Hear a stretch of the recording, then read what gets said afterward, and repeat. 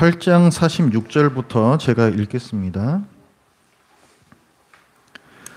범죄하지 아니하는 사람이 없사오니 그들이 주께 범죄함으로 주께서 그들에게 진노하사 그들을 적국에게 넘기심에 적국이 그들을 사로잡아 원근을 막론하고 적국의 땅으로 끌어간 후에 그들이 사로잡혀간 땅에서 스스로 깨닫고 그 사로잡은 자의 땅에서 돌이켜 주께 간구하기를 우리가 범죄하여 반역을 행하며 악을 지었나이다 하며 자기를 사로잡아간 적국의 땅에서 온 마음과 온 뜻으로 주께 돌아와서 주께서 그들의 조상들에게 주신 땅 곧 주께서 택하신 성읍과 내가 주의 이름을 위하여 건축한 성전 있는 곳을 향하여 주께 기도하거든 주는 계신 곳 하늘에서 그들의 기도와 간구를 들으시고 그들의 일을 돌아보시오며 주께 범죄한 백성을 용서하시며 주께 범한 그 모든 허물을 사하시고 그들을 사로잡아간 자 앞에서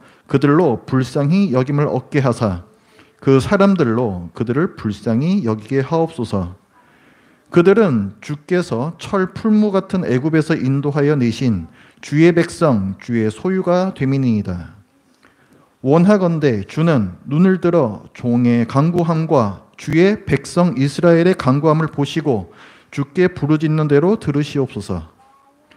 주 여호와여 주께서 우리 조상을 애굽에서 인도하여 내실 때에 주의 종 모세를 통하여 말씀하심 같이 주께서 세상 만민 가운데에서 그들을 구별하여 주의 기업으로 삼으셨나이다. 아멘. 자, 솔로몬이 7년에 걸쳐서 성전을 건축하고 완공합니다. 그래서 솔로몬과 이스라엘 백성이 이제 하나님께 성전 봉헌 예배를 드립니다. 오늘 본문은 그 예배 중에 한 순서 솔로몬이 직접 봉헌 기도를 드리는 내용 중에 속해 있습니다.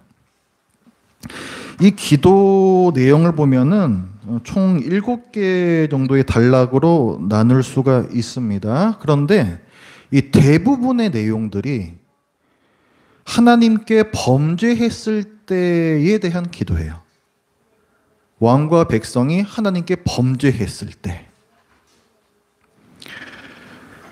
이스라엘이 하나님께 불순종하여 하나님께서 진노하셔서 이스라엘의 흉년이나 전염병이나 전쟁 등과 같은 징벌을 내리실 때에 왕과 백성이 이 성전에 와서 회개 기도하면 용서하시고 회복시켜 주옵소서. 이런 기도로 대부분 다 이루어져 있습니다.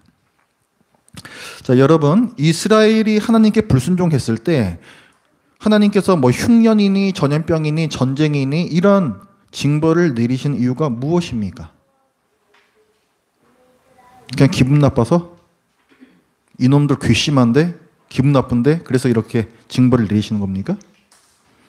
아닙니다. 과거에 이스라엘이 애굽에서 종살이하다 나왔잖아요. 그리고 가나안 땅에 들어오기 전에 하나님과 백성이 언약을 맺습니다. 그게 신명기 28장에 나와요. 들으십시오. 그 내용은 뭐냐면 하나님께서는 이스라엘의 백성이 되시고 하나님께서는 이스라엘의 왕이 되시고 이스라엘은 하나님의 백성이 됩니다. 왕과 백성의 관계가 맺어지는 거잖아요. 그런데 백성의 의무는 뭐예요? 왕에게 충성하는 거죠. 순종하는 거란 말이에요.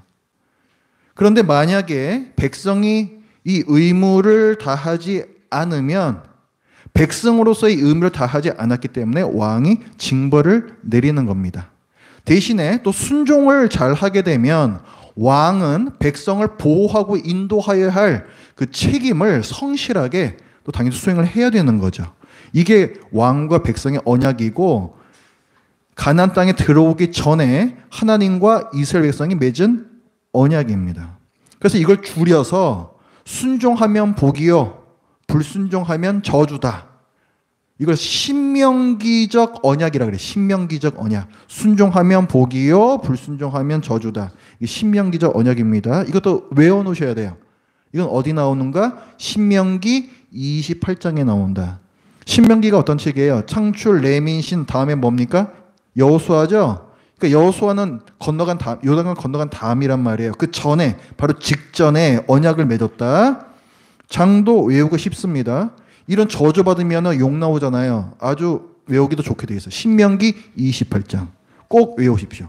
꼭 외우십시오. 그래서 이 내용도 여러분들이 보세요. 어떤 저주를 주시는가 그걸 알고 계시면은 여러분들이 특히 이런 열왕기 같은 책들을 읽을 때에 하나님께서 주시는 저주에 대해서 잘 이해를 할 수가 있습니다. 왜 이런 저주를 주시고 그때 말했었는데 그 저주가 지금 내리는 거네. 금방금방 캐치를 할 수가 있어요. 그래서 신명기 28장 꼭 외우시라. 신명기적 이게 언약입니다.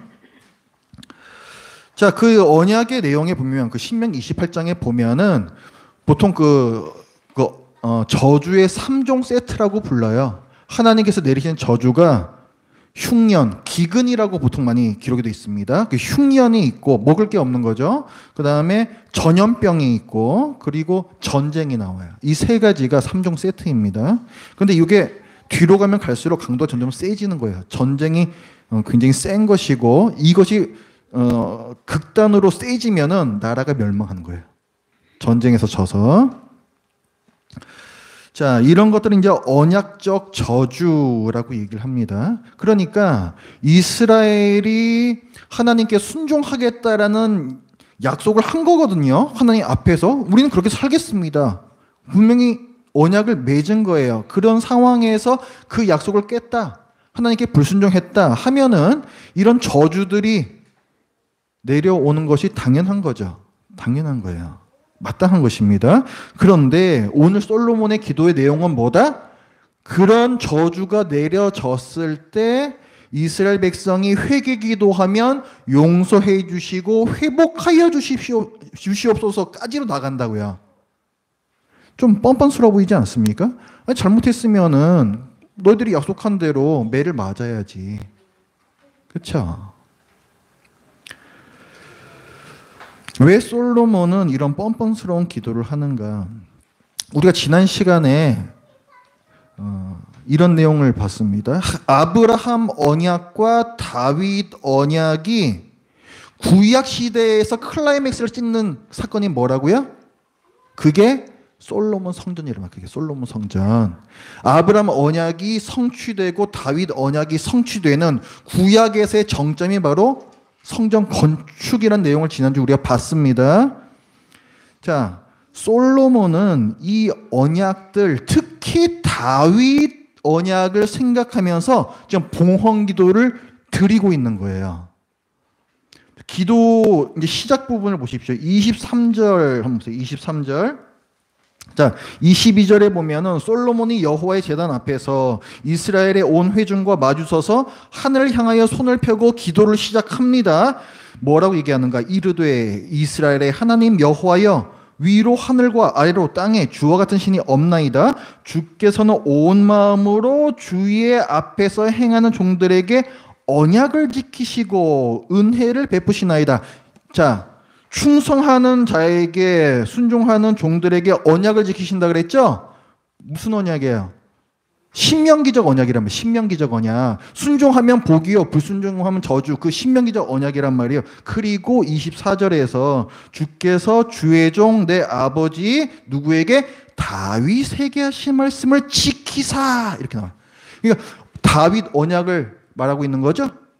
자, 주의 입으로 말씀하신 것, 다윗과 맺으신 그 언약을 손으로 이루심이, 그래서 성취하심이 오늘과 같은 일이다. 다윗 언약 내용이 뭐예요? 다윗 언약은 어디에 나온다 그랬습니까? 이것도 꼭 외우시라고 했어요. 어디 나온다 그랬어요? 사무엘하 7장. 여러분들 외우실 때까지 제가 계속 물어볼 거예요. 외우실 때까지. 너무 중요하기 때문에 어디 나온다? 사무엘하 7장에 나온다. 그 내용이 뭐냐면요. 먼저 이게 다윗 언약을 왜 하나님께서 맺으셨다 그랬어요? 다윗이 나만 좋은 궁에 살고 있는 게 너무 죄스럽다. 그래서 성전을 지어 드리겠다. 이런 마음이 들었잖아요. 하나님께서는 그 마음을 굉장히 고맙게 받으신 거예요. 그 마음을. 그래서 너는 전쟁하느라고 바빠서 너는 이거 지을 수 없어. 그리고 네가 지으면은 내 이름이 전쟁의 신으로 알려지게 돼. 그래서 안 돼. 저 지난주에 다 설명드렸죠. 그래서 말씀하시는 게 뭐냐면은 다윗 언약이란 말이에요. 네 아들이 날 위해서 성전을 지을 거야. 그리고 중요한 내용이 뭐예요? 뭐 니까지 게 뭐 날 위해서 무슨 성전을 짓냐? 내가 널 위해서 참 네 마음이 너무 참 고맙구나. 널 위해서 내가 영원한 너의 집을 지어주겠다. 이렇게 말씀하세요. 그러니까 이게 영원한 다윗 왕조의 약속이 됩니다. 그리고 이 다윗 언약에 뭐 어떻게 이어지냐면, 그런데 만약에 너희가 범죄하게 되면 내가 채찍으로 징계하겠으나 사울의 집과 같이 하지는 아니하리라 말씀하세요. 사울의 집은 채찍에 맞아서 완전히 박살이 나서 없어졌습니다. 그렇게는 안 하시겠다는 거예요. 이 말씀, 그 다음에 또 이어지는 말씀은 그 다윗의 그 지방과 그 왕조를 영원히 보존하겠다라고 약속을 주십니다. 그러니까 너희들이 잘못하면은 채찍 매에 두들겨 맞기는 하는데 완전히 멸망당하지는 않고 다시금 그 영광의 나라, 그 다음에 영원한 왕조가 그 계속 회복이 된다는 거예요. 회복에 대한 말씀이 그 다윗 언약 안에 들어가 있어요. 자, 그럼 한번 보십시오. 지금 우리가 읽었던 말씀에서 언약이 2개 나왔죠. 지금 우리 읽었던 말씀에서 첫 번째는 뭐였어요? 신명기에서의 언약이 나왔고, 두 번째는 뭐가 나왔어요? 다윗 언약이 나왔죠. 그러니까 다윗 언약을 주시기 전에는 그 이전에 주셨던 모세 때 주셨던 신명기 그 언약만 있었던 거예요. 그렇죠? 순종하면 복이요, 불순종하면 저주, 그것만 있었던 거죠. 그런데 지금 다윗 언약을 주면서 어떻게 되는 거냐면은 이 다윗 언약이 베이스로 깔리는 거예요. 그다음부터는 이 나라와 왕조가 영원히 계속되리라, 이게 판이 깔리고 그 위에 원래 있던 신명기 언약이 얹혀지는 겁니다. 그래서 불순종할지라도 이 나라는 영원히 멸망당하지 않고 계속 이어지는 거예요. 이렇게. 이런 모양으로 되는 거예요. 이런 모양으로. 그래서 다윗 언약이 굉장히 중요한 겁니다. 그런 맥락에서 지금 솔로몬은 뭘 요구하고 있어요? 우리가 회개하면 죄를 용서하시고 회복시켜 주소서. 할 수 있는 기도죠. 그렇죠? 당연히 할 수 있는 기도. 다윗 언약 때문에 할 수 있는 기도예요, 이게. 그래서 그 내용이 25절에 보면은 이스라엘의 하나님 여호와여, 주께서 주의 종 내 아버지 다윗에게 말씀하시기를, 다윗 언약이에요. 네 자손이 자기 길을 삼가서 내가 내 앞에서 행한 것 같이 내 앞에서 행하기만 하면 네게서 나서 이스라엘의 왕위에 앉을 사람이 내 앞에서 끊어지지 아니하리라. 영원한 왕조의 약속. 이것을 요구하고 있는 것입니다. 누가? 솔로몬이. 우리 아버지 다윗과 그 언약 맺으셨잖아요. 자, 그러면서 26절에서 다시 한번 촉구를 하죠. 그런즉 이스라엘의 하나님이여, 원하건대 주는 주의 종 내 아버지 다윗에게 하신 말씀이 확실하게 하옵소서. 확실히 지키시라는 거예요. 확실히. 하나님께서 말씀하신 거니까, 하나님께서 약속하신 거니까 확실히 지키시라는 거예요.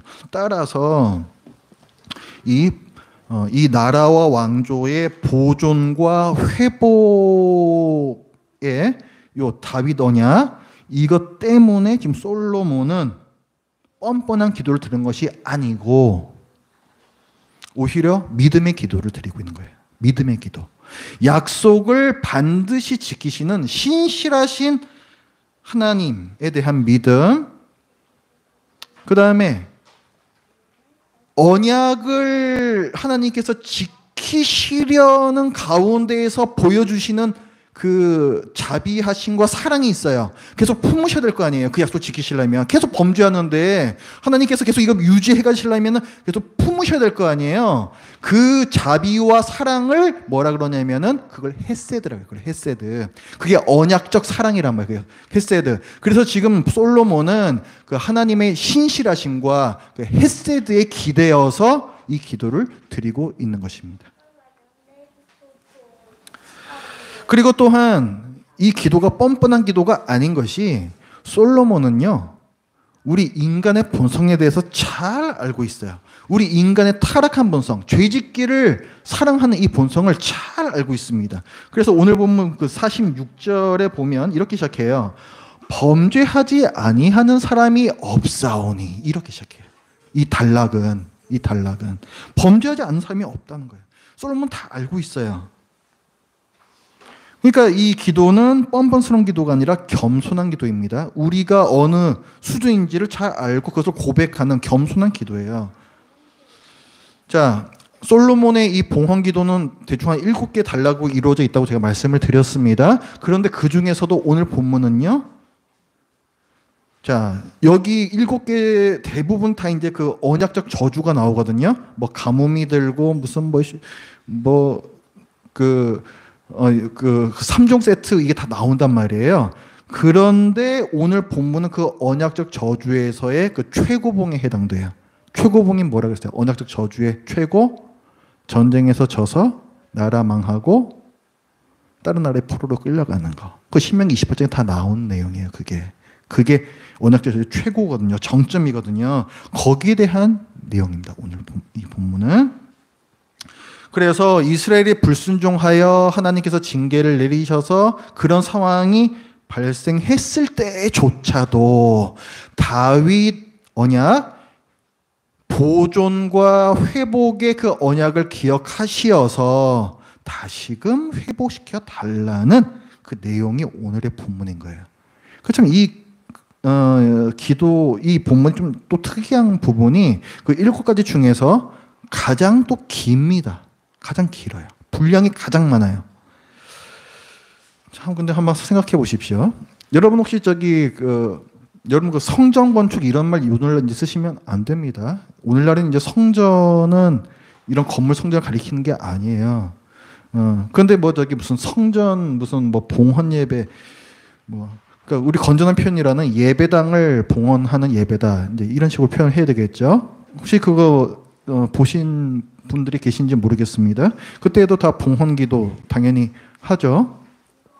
근데 그런 자리에서 보통 어떤 기도를 드립니까? 여러분이 그 기도자, 그러면 어떤 기도를 드리시겠습니까? 당연히 감사 기도가 들어가겠죠. 그리고 또 간구의 기도가 들어갈 거예요. 하나님께서 이곳을 복의 통로로 사용해 주시옵소서.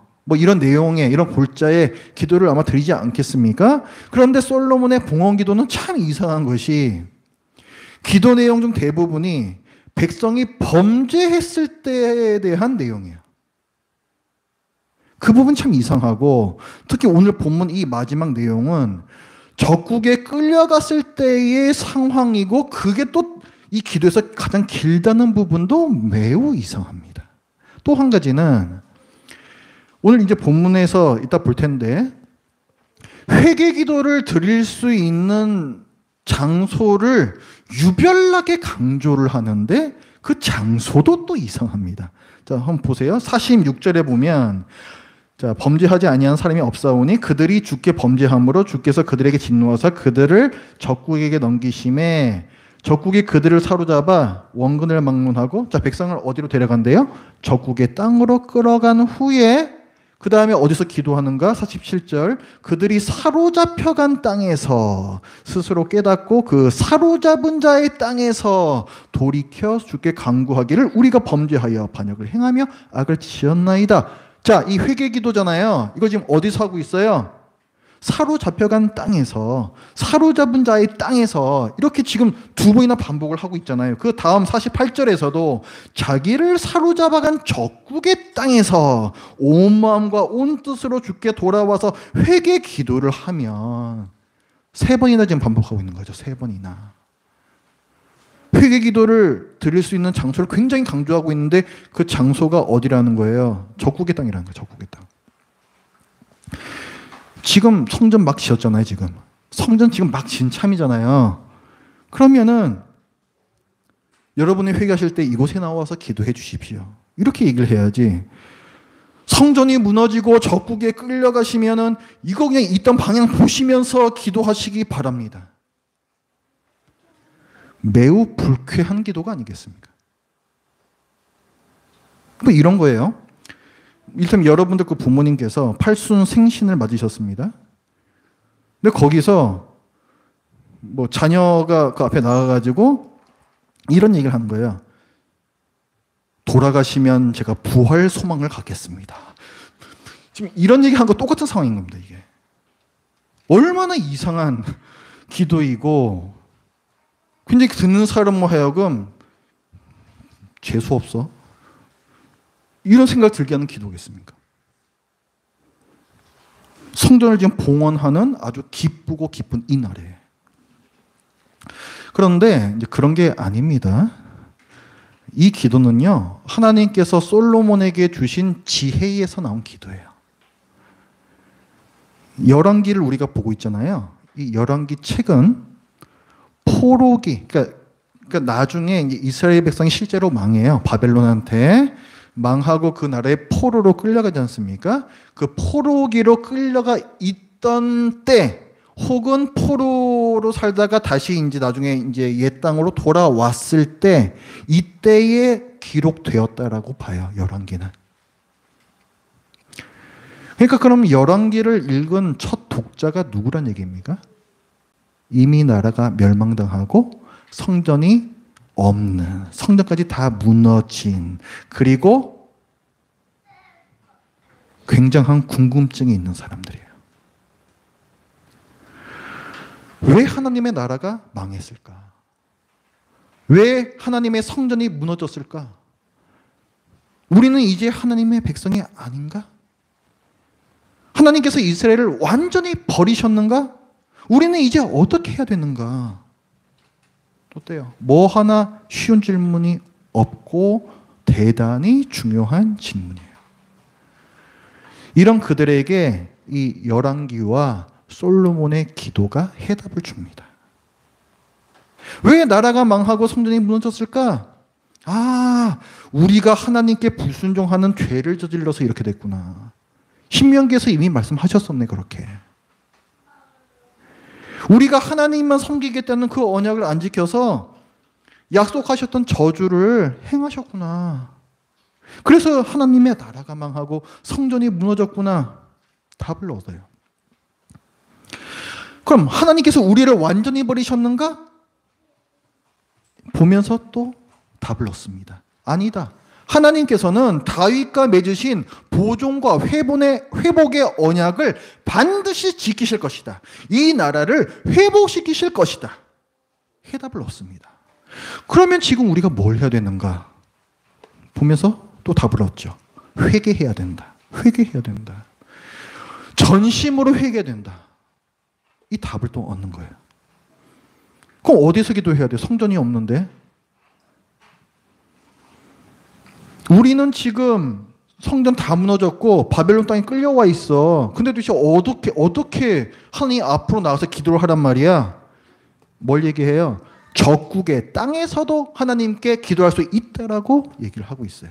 왜냐하면 하나님께서는 성전에 거하시는 분이 아니라 하늘에 계시기 때문에 우리 기도를 어디에서나 다 들으시는 분이라는 거예요.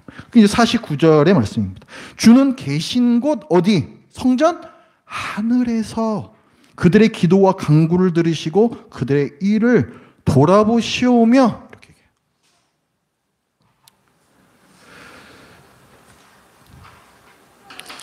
지금 솔로몬은 이 성전 봉헌 기도를 드리면서 성전이 무너질 앞날까지 하나님의 지혜로 내다보고 있습니다. 그리고 그 일이 발생하면, 그 일이 일어나면 당황하지 말고 회개하고 회복의 소망을 가지라고 얘기해요. 이 소망을 가질 수 있는 이유는 다윗 언약이 있기도 하지만 더 근본적으로 올라가면 하나님께서 이스라엘을 자기의 영원한 소유로 삼으셨기 때문입니다.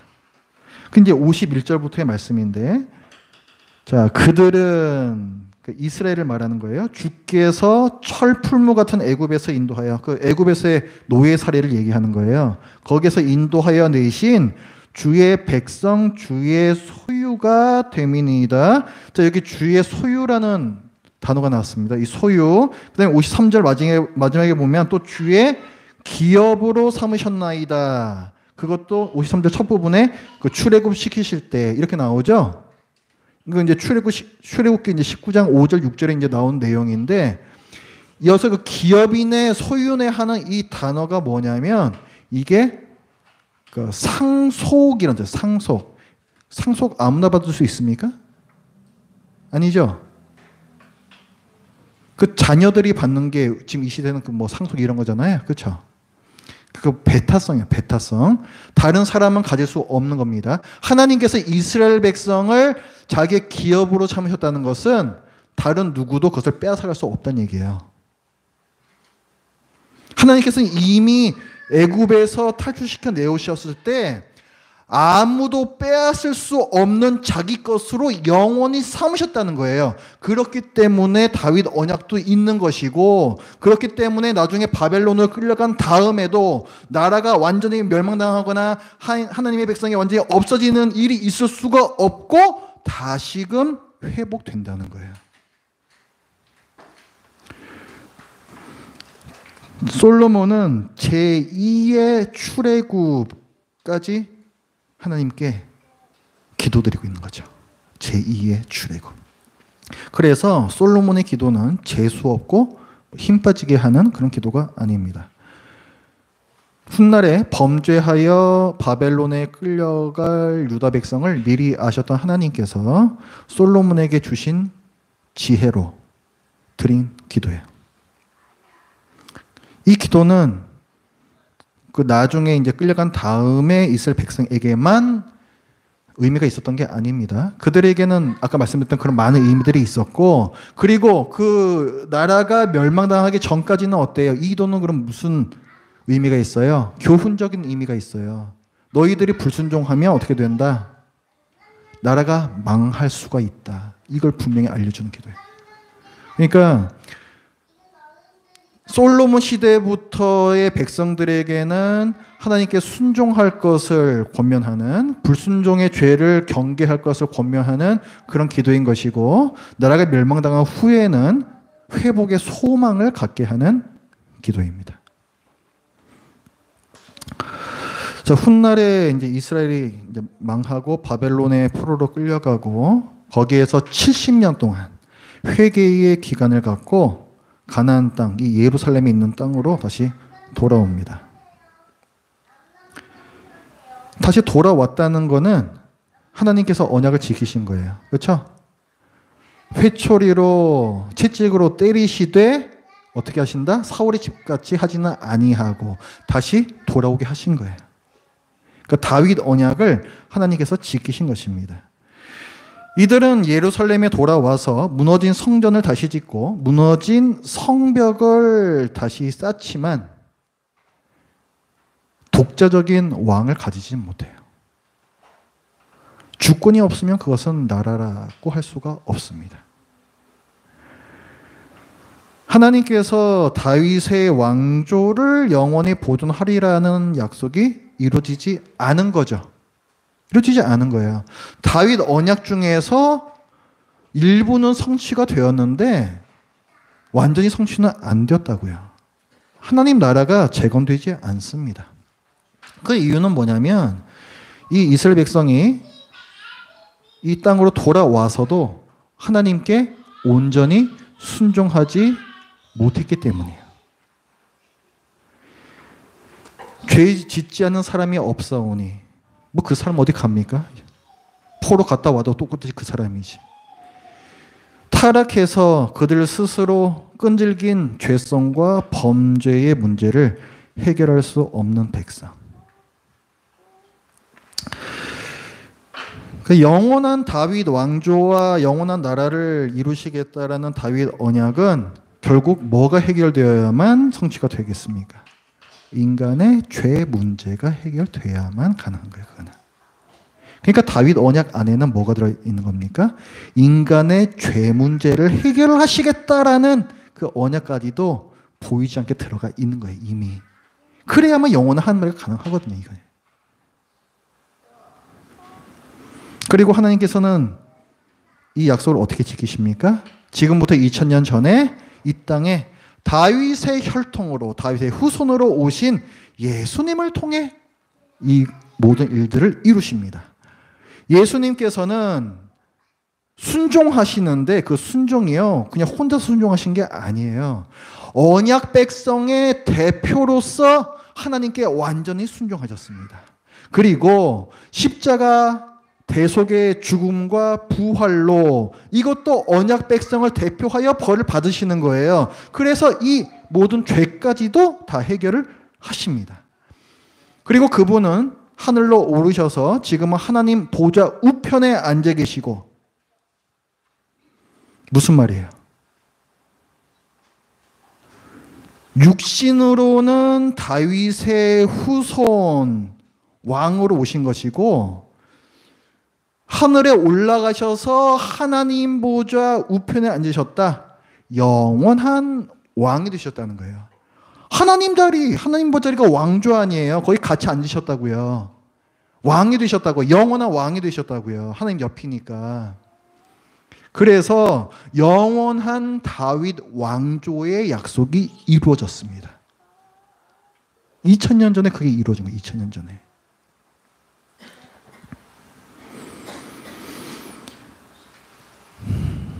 그리고 하나님께서 이 세상 전체를 성전으로 만들어 가신다라는 말씀을 제가 지난주에 드렸죠. 그게 완성이 언제 된다? 재림 때 되는 거예요. 재림 때. 그래서 다윗 언약의 완전한 성취 역시 예수님께서 재림하시는 바로 그때입니다. 그때.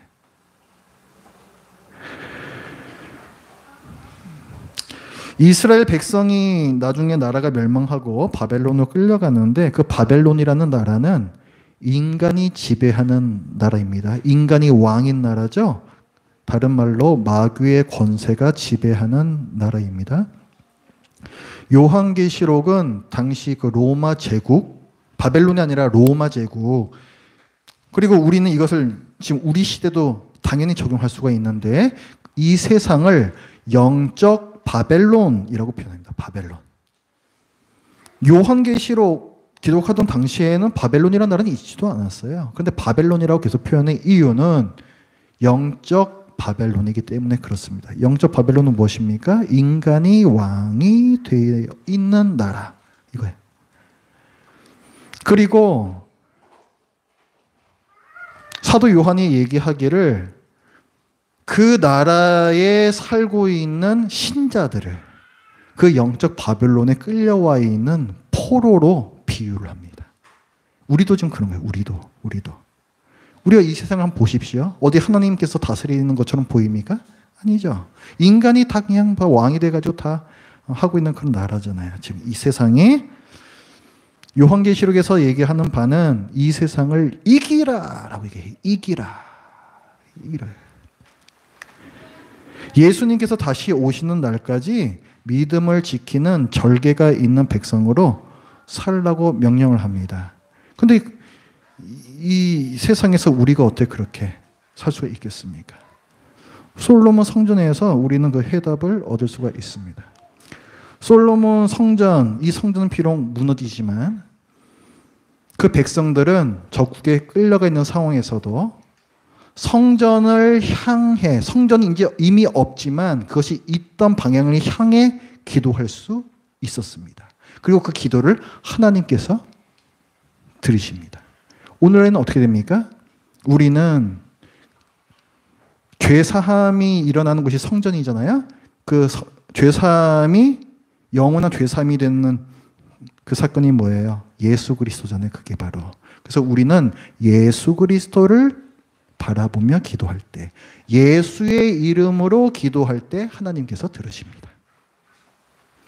그러니까 우리의 죄사함에 대한 부분과 구원에 대한 부분, 그리고 우리가 이 바벨론과 같은 이 세상을 살아갈 때 겪게 되는 많은 그런 침체들과 그다음에 어떤 세상의 유혹과 협박 앞에서의 두려움, 나의 연약함, 이런 것들을 언제든 어디서든 예수 그리스도의 이름으로 기도할 수 있다는 거예요. 거기서 우리는 소망을 얻고 받고 힘을 얻을 수가 있습니다.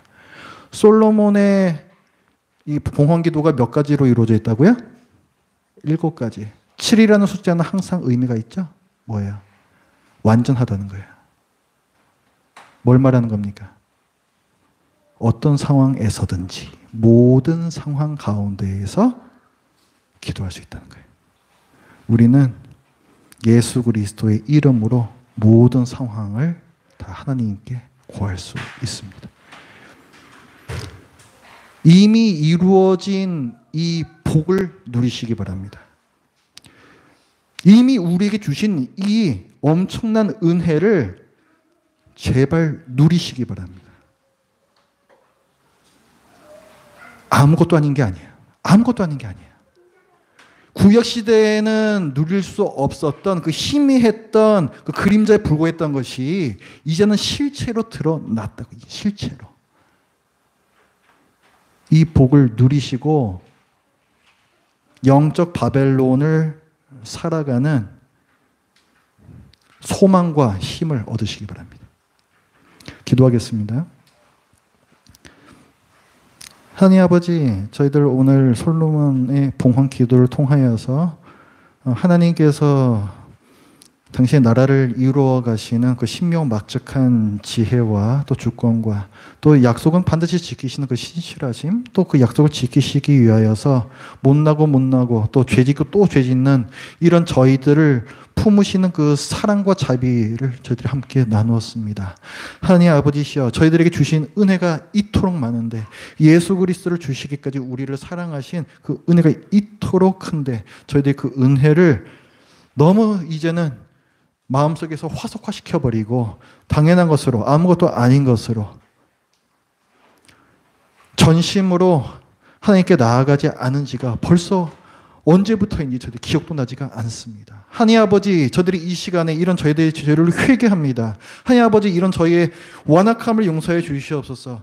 죄짓지 않는 자가 없음을 저들이 인정하고 그게 바로 저 자신임을 이 시간에 저들이 인정합니다. 하나님 아버지시여, 이런 저희의 연약함을 용서해 주시고 또 예수 그리스도의 십자가로 그 피로 저희의 이런 몹쓸 죄들을 모두 다 용서하여 주시옵소서. 하나님 아버지, 저희들이 예수 그리스도를 그 이름을 부르며 하나님 앞에 나아갈 때마다 다시금 또 이 세상에서 살아갈 힘과 용기와 소망을 얻게 하여 주시옵소서. 예수님의 이름으로 기도드립니다. 아멘. 찬송가